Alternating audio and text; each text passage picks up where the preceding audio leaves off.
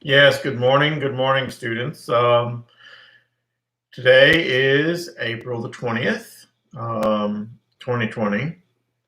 We are over a month into this NTI, and we have less than a month of schooling left. And, that's that. I did promise you that if you looked in on my lecture day, I would talk about the test. There are going to be 5 questions on your test. For example, one of them is going to ask you straight up. It's going to ask you, pardon me. It's going to ask you straight up about a picture that I just put in your assignments for today. It's a picture of me taken back in 1983, I think it was. I was touring with Covenant Catholic senior class. We were in Washington, D.C., which, bang for the buck. If you want to see interesting historical stuff and not pay anything to see it, Washington, D.C. is your best bet. I mean, there are all these monuments, all these museums that are right there. Air and Space Museum, the Native American Museum, Smithsonian Museum of American History, the Museum of American Art, Museum of Modern Art, and they're all free. Of course, the problem issue is, though, getting there and having a place to stay once you do get there, because Washington, D.C. is rather expensive. But anyway, back to the matter at hand. There is a picture that I put in today's assignments that you see in Canvas there under assignments for today, April 20th. And it has a picture of me and George Washington, a statue of George Washington.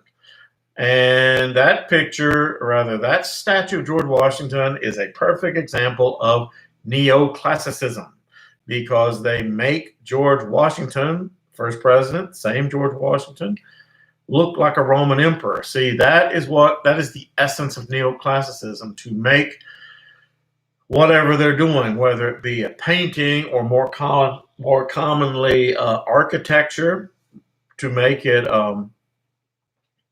look like something the Greeks or the Romans would have done. And so, yeah,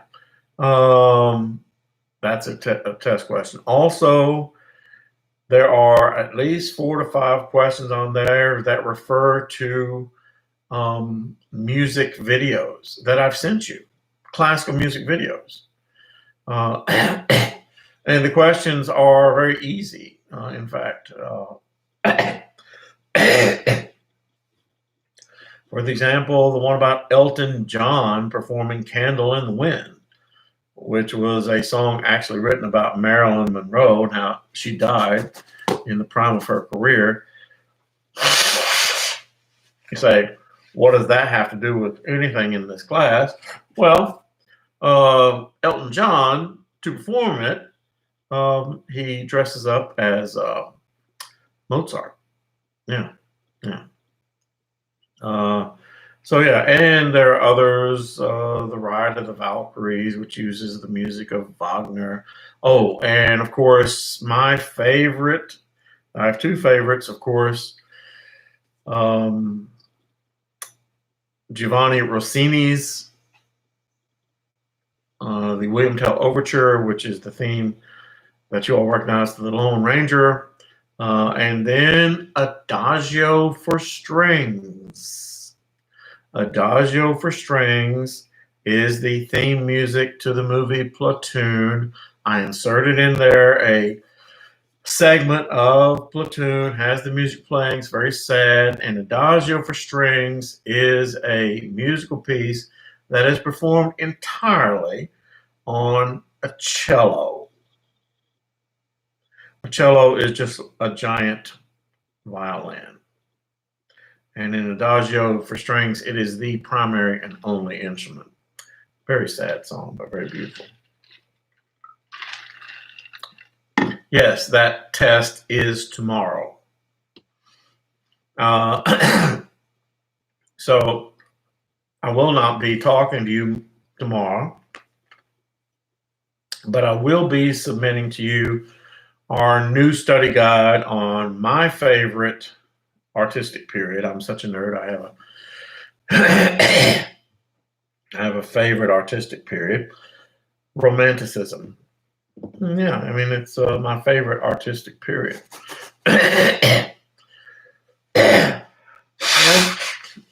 My favorite real period is when I no longer have allergies.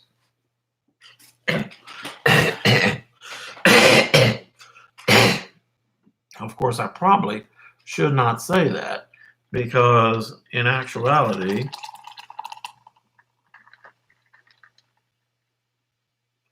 the only time I'm ever really going to be devoid of allergies is when I'm not alive anymore. But yes, why don't we talk about the remnant of this chapter, which is not much of it left. So, yes, we were talking about neoclassicism again. America was probably and is probably the home to most surviving neoclassical architecture. Why? Because it wasn't bombed out during World War II. From Thomas Jefferson, and he was probably the best of the neoclassical architects. Monticello, and by the way, Jefferson also built the Capitol in the current Capitol in the state of Virginia. He also, or designed, he didn't build himself. He didn't do anything himself. He had slaves do it. But he also built the Chief Hall, the Primary Hall, the original building, University of Virginia. And so, yeah, to every neoclassical architectures, including every state capital. I mean, if you go to Columbus, Ohio, if you go to Frankfurt, if you go to Illinois, Florida, all of the Capitol buildings were built with the white columns in the front, built to look like a Greek or Roman building. That's neoclassical classicism. Like largely white, although the state capitol in Frankfurt is actually a gray because they use Kentucky limestone. But it does have columns in front of it. And by the way, the state capitol in Frankfurt, I think I just scratched myself. The state capitol in Frankfurt is a beautiful building and is the only state capitol in the entire country that houses the governor's office, the executive branch, the legislature, that being the House of Representatives and the Senate, and the state Supreme Court in the same building. And once again, the question there, should they be white? Answer, they really shouldn't, because the Greeks and Romans didn't really choose the color white. The sun chose that for them. The Greeks and Romans actually like to paint their buildings and make them look all gaudy and bright and put garlands all over them. But once again, you set in the sun for 2,000 years, the Mediterranean sun for 2,000 years, and you'll be white too. Okay. The neoclassical style also raised its head in the field of paintings. Sometimes the subjects were portrayed as either heroic Greek or Roman settings, surrounded by mythical creatures. I mean, for example, that statue of George Washington in the Smithsonian, which is, I have a picture of there in today's assignment. It's an example of neoclassical art. There are lots of them. During this period of time, all of the emperors and the kings of Europe would have themselves painted to look like they were a Greek or a Roman person. It was the thing to do. When Louis XIV's first son was born, he commemorated the occasion by dressing up as a Roman emperor. It's a thing.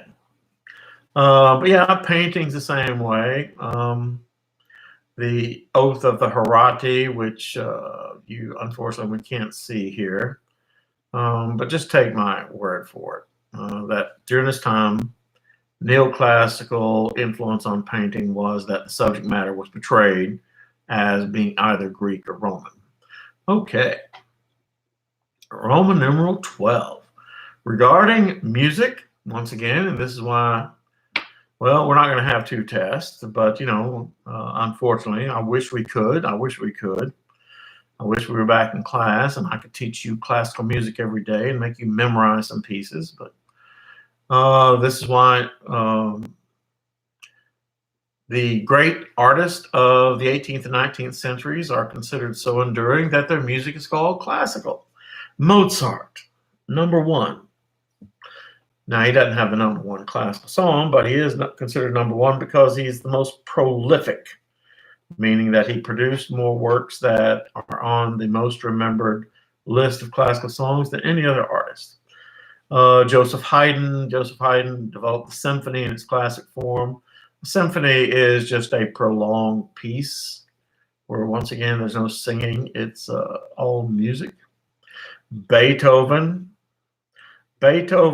Ninth Symphony is used at the beginning of NBC News. But the most well-known classical music piece, the four most famous notes in music, easy to remember in case it popped up on your test, are bum bum bum bum, Beethoven's Fifth Symphony. See how easy that is? 1, 2, 3, 4. But the song is called Beethoven's Fifth Symphony. And it is the most famous, most well-known classical piece, the four most well-known notes in all music. Dun, dun, dun, dun. Oh, yes. Another revived form of literature of that age that you will see on your test that has survived into the modern era is something called satire. Satire is my favorite form of comedy. Satire. Satire is a type of comedy that takes a serious matter and to draw attention to the serious matter makes fun of it. For example, satire was first founded in the ancient civilization of Greece and Rome, but the greatest of the Enlightenment satirists was Jonathan Swift, whose name is mentioned on your test.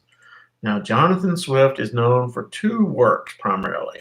One is an essay, his Modest Proposal, which we'll get to in a second, and the other is his book called Gulliver's Travels. Okay, let's talk first about Jonathan Swift's Modest Proposal. Jonathan Swift lived in 18th century England. And in the 18th century, Great Britain, England, owned what we now call Ireland. And the British used the Irish, used Ireland. They stole the Irish land. They turned the Irish from being landowners into land renters. They impoverished an entire race of people, and they looked upon the Irish as if the Irish were some kind of subhuman creature that had no intelligence, had no rights. And because of that, it became a self-fulfilling prophecy that the Irish were impoverished, the Irish were poor. And when I say the Irish were poor, they were desperately poor. The Irish children, all the Irish people lived in hilly, rocky, craggy parts of the country. They did not own any land. They had to pay rent on their land to an English landlord. The children ran around in rags. Hunger was a constant problem for the Irish. And yeah, anytime you have a large population of people that are put in those circumstances, they turn to bad habits, crime. They drink too much. They make bad choices. And it's not about race, it's about conditions. Well, Jonathan Swift goes after that. situation. He attacks that situation. And in his essay, A Modest Proposal, he makes a modest proposal to the question, what is to be done about the Irish? What is to be done about these people who can't seem to help themselves, who are woefully impoverished? And Jonathan Swift comes up with a solution. His solution is that the Irish, in order to avoid starvation, avoid hunger, they should eat their children. And then he goes on to, in great detail, describe how, you could roast up infants and how their skin would make nice leather for women's gloves. They could be sold on the market, or for lampshades or things of that nature, or how, like their flesh is very, very tender, would make a nice roast that could be consumed. And they could sell the meat to the English, and it'd be a delicacy. And he talks about it very seriously. Of course, anybody who understands anything knows that the guy was not serious. It's satire. Which, I mean, if you ever watch Saturday Night Live, if you ever watch Family Guy, if you ever watch what The Simpsons used to be, they take serious issues, and of course South Park. They take serious issues and they make fun of them as a way of drawing attention to that issue. It's my favorite kind of comedy, because to get it, you have to understand the problem. To get the joke, you have to understand the problem. Otherwise, you're like, wow, that's disgusting. Anyway, all right, let's go on to his other famous work, and it was called Gulliver's Travels. You might be familiar with Gulliver's Travels. You might have read the book as a child, or at least a watered down version of Gulliver's Travel, because it was turned into a children's story. But actually it was written for adults, very much so. Gulliver's Travels, written by Jonathan Swift, is about this guy named Gulliver who journeys on a ship. And of course, the most famous, he goes 3 places. And the most famous place he goes to, he actually gets shipwrecked, and he finds himself washed up on an island. And the island is called Lilliput. Lilliput. Lilliput. And on Lilliput, there is a population of people. The thing about it is, they're all like 3 apples high, or whatever this is. They're about 6 inches high. And Jonathan Swift finds himself, he wakes up on the beach, is washed up, and he found himself restrained by what you and I would think of as strings, but the Lilliputians have tied him down, thinking they'll hold him that way. And then he gets of course, he's this ginormous person, and he pops right up. And this is not a children's story, though. Jonathan Swift, particularly as we read through Gulliver's Travels, Jonathan Swift goes into great and, shall we say, gross detail about what Gulliver looked like to the Lilliputians. You have to remember that during this period of time, most men, particularly traveling on ships, most men and most women for that matter, did not wear underwear. In fact, the average guy wore a tunic, which a tunic is just a long t-shirt, goes down to right about above the knee, and it's bound at the waist. And then he would wear leggings. And I didn't say he wore pants. He would wear leggings to keep his legs warm. And a lot of times, the person either had a flap covering his intimate parts, or a lot of times they didn't wear anything at all. They kind of, shall we say, were free. And so Jonathan Swift goes and very graphically describes how when this giant Gulliver stands up above the Lilliputians, all the Lilliputians go, you know. And he describes it in graphic detail. At any rate, Gulliver does some things on the island and actually eventually helps the Lilliputians win a war against an enemy. And the next time, he goes to a second island called Giganta or something like that. And same thing. Except that now, instead of being the largest person in the island, he is this tall to everyone else. And it's the same thing. Jonathan Swift goes and he talks about in great detail, nauseating detail, about how Jonathan Swift now has the opportunity, or Gulliver has the opportunity to describe these people in their size and their smell. It seems that the ladies of this era think Gulliver is cute, and they pick him up and they slip him down their dress and let him find his way out. And then, of course, Swift describes it And finally, third place he goes to is a place called Brobdingnag. Now, Brobdingnag is interesting. Brobdingnag is this place, an island, where the intelligent creatures are horses. And the human beings, look at the line down it, the human beings are kind of a backwards people, kind of a backwards race, backwards species that live in the trees and sneak in and steal from the more intelligent Brobdingnagians, the horses.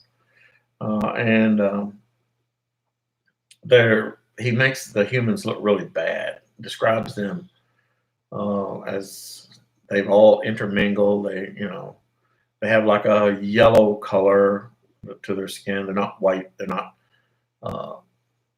African American. They're not Asian. They are like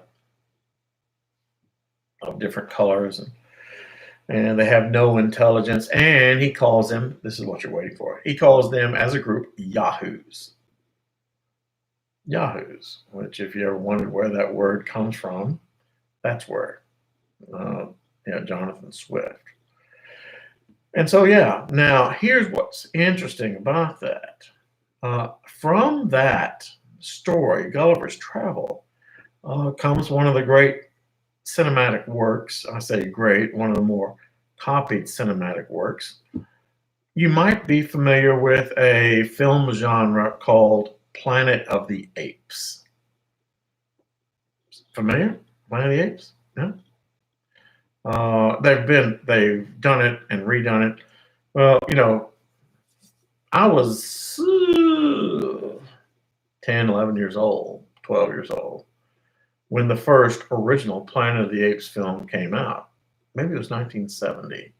Starred Charlton Heston, and it was about these space travelers who somehow go through a time warp, and they end up in this new country where, as you know, the intelligent creatures are apes, and then the humans are less than intelligent. And here's the thing. That film was originally written as a metaphor. It wasn't written as a science fiction piece. It wasn't written as an adventure piece. It was written as a metaphor for the way that African Americans were treated in American society.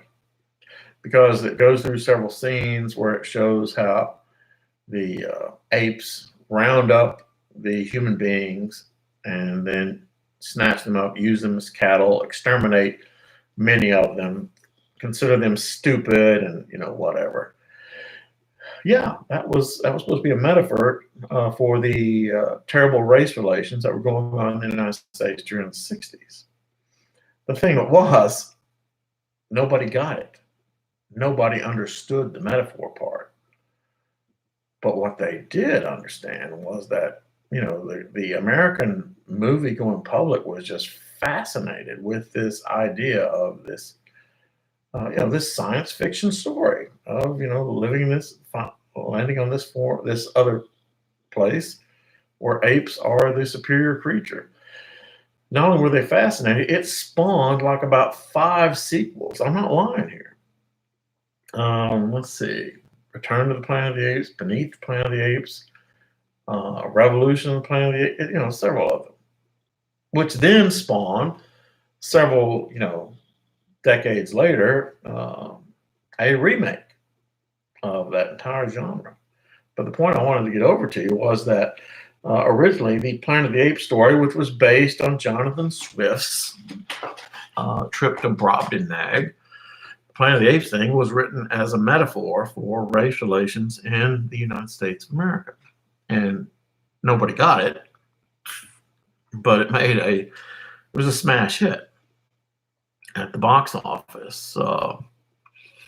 Not only did it spawn 5 sequels, it spawned a TV series that lasted like 3 seasons. Interesting stuff. At least I think so. Anyway, part D, Hogarth painted the marriage contract. See this? We really need our books here. But in the marriage contract, Hogarth depicts this family who is going through an arranged marriage. And Hogarth picks on the hypocrisy of the whole event. The fact that there's a young girl, a teenage girl over in the corner who's just kind of like, she's the one being negotiated over. And the 2 families are sitting at the table and there's money on the table. And, then the groom, who is significantly older than the teenage girl who's about to be basically auctioned off, Hogarth puts in his face the signs of long-term syphilis. His face is pockmarked with signs of syphilis and venereal diseases. But yeah, he was criticizing the hypocrisy of the era. Okay. All right. The man who came to symbolize the Enlightenment was the satirist, Francois-Marie Aurier, who is more commonly known as simply Voltaire. His most famous work was Candide. It was about innocence in the face of corruption or candor. Uses the phrase cultivate our garden, which meant to take care of yourself, to improve yourself, and to see that one's life is comfortable and reasonable. Voltaire believed that human beings had the ability to make the world better, but not perfect. And there is no classical music ID test. And I do mean that. I wish we could have done that. So yes, so what are we going to do tomorrow? Tomorrow, I will not appear on YouTube for you. I will put an assignment, and that assignment will simply be your new study guide on Romanticism. And you'll have a test to do tomorrow. 120 points. And so, good luck in that. I don't think it's a terribly difficult test. If you've been tuning in, paying attention, looking at the study guides. And I think that's going to do us for today. Have a good day, guys. Keep washing your hands. Stay safe. And see you tomorrow. Actually, see you Wednesday. Bye now. And we are out. And we are out.